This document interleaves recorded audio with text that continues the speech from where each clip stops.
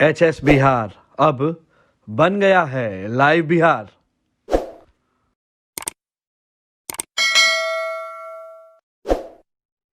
मुझे पता नहीं लगा कि कौन दोस्त है और कौन नहीं। कल शाम से ये लाइनें सबसे ज्यादा चर्चा में हैं। इन्हें कहा है सीएम नीतीश कुमार ने। दरअसल बिहार विधानसभा में जदयू के साथ जो हादसा हुआ वो इसी का जिक्र कर रहे थे। आप लाइव बिहार देख रहे हैं, मैं हूं अक्षय आनंद। कल जदयू के राज्य परिषद की बैठक जदयू कार्यालय में हो रही थी। राष्ट्रीय अध्यक्ष आरसीपी सिंह, बिहार के मुख्यमंत्री सीएम नीतीश कुमार साथ जदयू के तमाम बड़े नेता उस सभागार में मौजूद थे, जहां जदयू के राज्य कार्यकारिणी के हर सदस्य पहुंचे हुए थे। इनमें वो उम्मीदवार भी थे जिन्होंने विधानसभा चुनाव लड़े और जिनमें से ज्यादा हारे। नीतीश कुमार से बात हो रही थी, वो अपनी बातें रख रहे थे और नीतीश कुमार जब मंच पर कह रहे थे, उन्होंने कहा कि मुझे पता नहीं लगा कि कौन दोस्त है और कौन नहीं। इशारा साफ साफ भाजपा की ओर था। कहानी क्या है आप सबको पता है। भाजपा ने लोजपा को जिस तरह से बैक किया या नहीं किया, औपचारिक ऐलान तो नहीं हुआ मगर विरोध भी नहीं हुआ, और राजनीति में कुछ नहीं कहे जाने को भी समर्थन माना जाता है।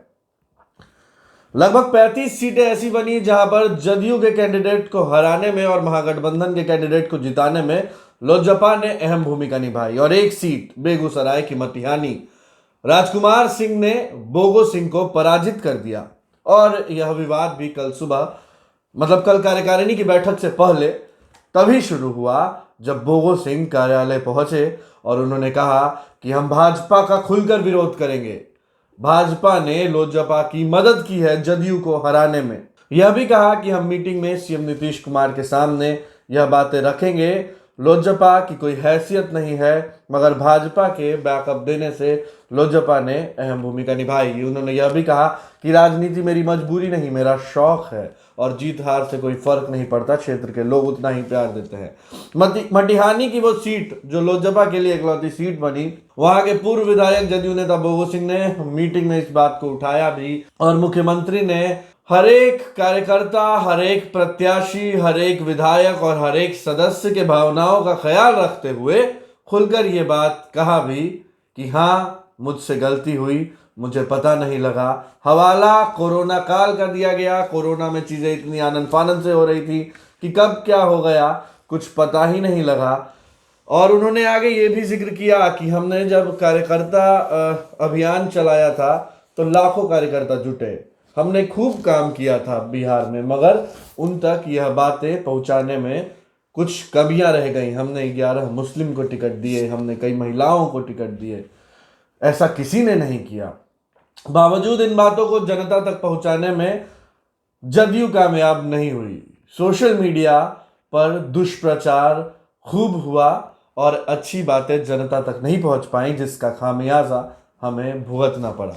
आगे नीतीश कुमार ने जदयू पर और मजबूत होने की नसीहत देते हुए कहा कि आप लोगों तक अच्छी बातें फैलाने में लगे रहिए, हर समाज, हर तबके के लोगों से मिलिए, सोशल मीडिया का भी इस्तेमाल करिए और उसी तरह काम करिए जिस तरह आप विधायक होते हुए काम कर रहे थे। आरसीपी सिंह भी इस बैठक में मौजूद थे। उन्होंने कहा कि जदयू जो है वो बिहार देश की नंबर 1 पार्टी है, थी और रहेगी। दरअसल पटना में जदयू ऑफिस में जब प्रदेश कार्यकारिणी की बैठक चल रही थी, इस दौरान नेताओं ने बीजेपी पर ताबड़तोड़ हमला बोलना शुरू कर दिया। जदयू नेताओं ने कहा कि बीजेपी ने जदयू की पीठ में छुरा भोंका है और इसी कारण पार्टी की यह बुरी हालत हुई है। लगभग 1 दर्जन जदयू नेताओं ने भाजपा पर करारा हमला बोला। इसके बाद नीतीश कुमार के भाषण की बारी आई। नीतीश कुमार जब बोलने उठे तो उन्होंने भी इशारों में भाजपा पर बड़ा हमला बोला। नीतीश कुमार ने अपनी पार्टी के नेताओं को कहा कि विधानसभा चुनाव के दौरान ही उन्हें अंदाजा हो गया था कि वे धोखा खा रहे हैं।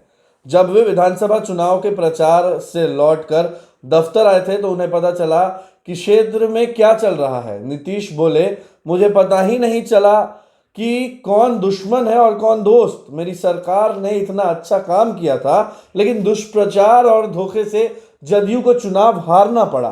वहीं एनआरसी के मुद्दे पर भी उन्होंने कहा कि बिहार में एनआरसी लागू नहीं होने देंगे। वे अब भी उस बात पर कायम हैं। अगर एनआरसी लाने की कोशिश हुई तो उनका विरोध करेंगे और उनके रहते बिहार में एनआरसी लागू नहीं होने देंगे। हालांकि देश में एनआरसी पर फिलहाल कोई चर्चा नहीं हो रही है, लेकिन नीतीश ने इसका जिक्र बीजेपी को ललकारने के लिए जरूर कर दिया।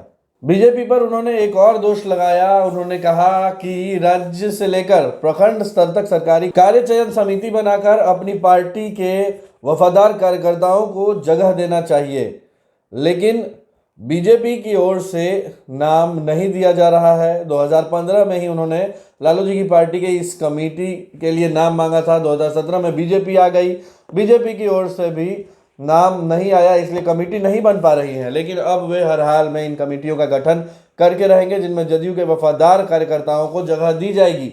नीतीश कुमार ने आगे यह भी कहा कि जदयू के जो नेता चुनाव हार गए हैं उन्हें घर पर नहीं बैठना चाहिए, उन्हें जनता के बीच जाना चाहिए और सरकार के काम का क्रेडिट लेना चाहिए। उनकी सरकार ने समाज के हर तबके के लिए बेहतरीन काम किया है और इसका क्रेडिट जदयू और जदयू नेताओं को बेशक मिलना चाहिए। ये घमासान बिहार की पॉलिटिक्स में हर बारीक घटनाओं पर लाइव बिहार की नजर है। अगर अभी तक आपने हमारे चैनल को सब्सक्राइब नहीं किया, सब्सक्राइब कर ले। फेसबुक पर हमारे पेज को लाइक और फॉलो जरूर करें। खबरों को विस्तार से पढ़ना पसंद है तो liveBihar.com पर जाए। कैमरे के पीछे किशन है। आप सबका बहुत बहुत शुक्रिया। HS बिहार अब बन गया है लाइव बिहार।